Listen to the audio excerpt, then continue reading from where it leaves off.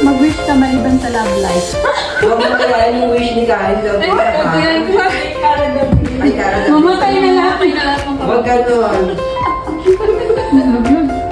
Okay, wish ko. Huwag daw sasabihin ng malakas tas hindi natutupad. Dapat pala yung kay Dave na nahihik muna siya.